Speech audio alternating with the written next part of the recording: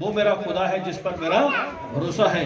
ہمیں اپنے آپ پر بھروسہ نہیں ہے، بلکہ ہمیں اپنے خداوند پر بھروسہ ہے جو ہمیں بچا سکتا ہے، جو ہمیں چھڑا سکتا ہے. جیسے ہی مرغی کے بچے جو ہوتے ہیں، بچوں کو بھروسہ ہوتا ہے ان کی ماں پر. جیسے ہی مرغی جو ہے اگر خطرے کو دیکھتی ہے تو ایک دم آواز لگاتی ہے اور اس کے بچے جو ہے فوراً اس کے پروں کے نیچے جمع ہو جاتے ہیں. تو ویسے ہی اگر ہمیں پتا ہے کہ ہمارا خدا جو ہے وہ ہمیں بچا سکتا ہے، وہ ہم اس کے پروں کے سایہ کے بیچ میں ہیں، تو ہمیں کسی سے ڈرنے کی ضرورت نہیں ہے. پھر خدا جو ہے ہمارے لیے ہماری لڑائی لڑے گا. لکھا ہے کہ یقین رکھو یہ بات سچ ہے کہ وہ تجھے شکاری کے جال سے اور خطرناک بیماری سے بچائے گا. آج ان دنوں میں جو ہے بہت ساری پچھلے دو سال ہو گئے اتنی خطرناک بیماریاں جو ہیں چل رہی ہیں، لیکن پھر بھی اپنے لوگوں کو خدا جو ہے وہ سیف رکھ رہا ہے، بچا رہا ہے.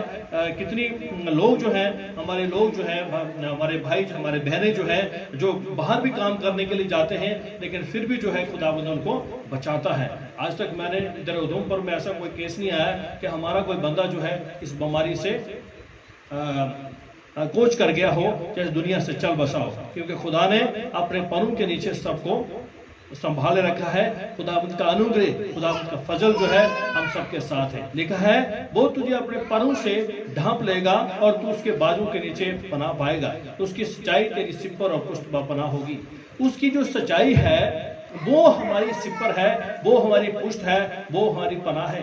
وہ سچائی اس کی کیا ہے کہ اس کے اندر جو ہے وہ طاقت ہے، اس کے اندر جو ہے بہت بڑی قوت ہے، اور اس کی قوت کو ہم استعمال کرنا چاہیں تو ہم نے پہلے اپنے آپ کو اس کے ہاتھ میں دینا پڑے گا، اس کے ہاتھ میں اپنے آپ کو سونپنا پڑے گا، پچھتاپ کرنا پڑے گا، اور پھر خدا ہمیں سنبھال لے گا. پھر ہماری ذمہ داری جو ہے وہ خداوند کے ہاتھ میں ہے، خداوند اپنے طریقے سے ہمیں سنبھال لے گا. لکھا ہے تو نہ رات کی ہیبت سے ڈرے گا نہ دن کو چلنے والے تیر سے. کبھی کبھی جو ہے کچھ چیزیں رات کو بھی ڈرانے کی کوشش کرتی ہیں، لیکن خداوند کا وچن کہتا ہے کہ تو نہ رات کی ہیبت سے ڈرے گا. رات کو بھی جب سب سو جاتے ہیں، چاروں طرف سناٹا ہوتا ہے، تو کئی بار جو ہے بلائیں جو ہے رات کو بھی گھومتی ہیں، لیکن خداوند کا وچن کہتا ہے کہ تو رات کی ہیبت سے بھی، رات کی دہشت سے بھی تو نہیں ڈرے گا، اور نہ دن کو چلنے والے تیر سے.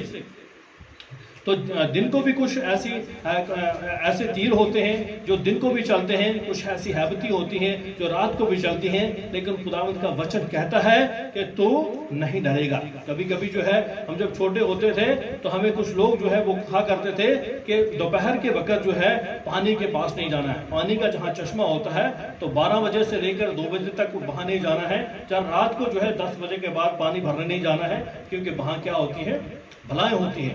لیکن خداوند کا وچن کہتا ہے کہ تو نہ رات کی ہیبت سے ڈرے گا نہ دن کو چلنے والے تیر سے.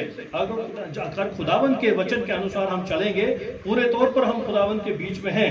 اگر کسی مجبوری کی وجہ سے ہمیں باہر نکلنا بھی پڑے تو خداوند کا نام لے کر ہم اگر باہر نکلیں گے تو کوئی بھی ہیبت، کسی بھی پرکار کی دہشت ہمیں جو ہے وہ ڈرا نہیں سکتی ہے، کیونکہ خداوند کا وچن کہتا ہے کہ وہ تجھے اپنے پروں سے ڈھانپ لے گا اور تو اس کے بازو کے نیچے پناہ لے گا. تو خداوند کے پر جو ہے وہ ہمارے لیے آ جاتے ہیں ہمیں بچانے کے لیے، ہمیں سنبھالنے کے لیے. تو ہمیں کسی کا ڈرنے کی ضرورت نہیں ہے. لکھا ہے کہ تیرے آس پاس 1000 گر جائیں گے اور تیرے دائیں ہاتھ 10,000، لیکن وہ تیرے نزدیک نہیں آئے گی. اگر کوئی بیماری، اگر کوئی کمزوری جو ہے یا اگر دنیا کے بیچ میں چل رہی ہو، لیکن پھر بھی تو نہیں ڈرنا. چاہے تیرے آس پاس جو ہے ہزاروں لوگ جو ہے گر جائیں اس بیماری کی وجہ سے، ہزاروں لوگ جو ہے پیڑت ہو جائیں اس بیماری کی وجہ سے، اور تیرے دائیں ہاتھ کی طرف 10,000 گر جائیں، لیکن وہ تیرے نزدیک نہیں آئے گی. وہ کس کے نزدیک نہیں آئے گی؟ جس نے اپنے آپ کو پربھو یسوع مسیح کے ہاتھ میں سونپ دیا ہے، خدا کو اپنا مفتی داتا بنا لیا ہے. اس کے نزدیک نہ تو بیماری آئے گی نہ کمزوری آئے گی. اس کو خدا جو ہے اپنے طریقے سے سنبھال لے گا. جیسے میں نے آپ کو اگزامپل دے دی کہ مرغی اپنے بچوں کو سنبھال لیتی ہے، آنے والی خطرے سے ان کو بچا لیتی ہے، ویسے ہی خداوند جو ہے وہ بہت بڑا پرمیشور ہے. وہ ہمیں بچا لیتا ہے، اپنے پروں کے نیچے بچا لیتا ہے، پروں کے نیچے ہمیں چھپا لیتا ہے، تاکہ ہمیں کسی بھی قسم کا خطرہ جو ہے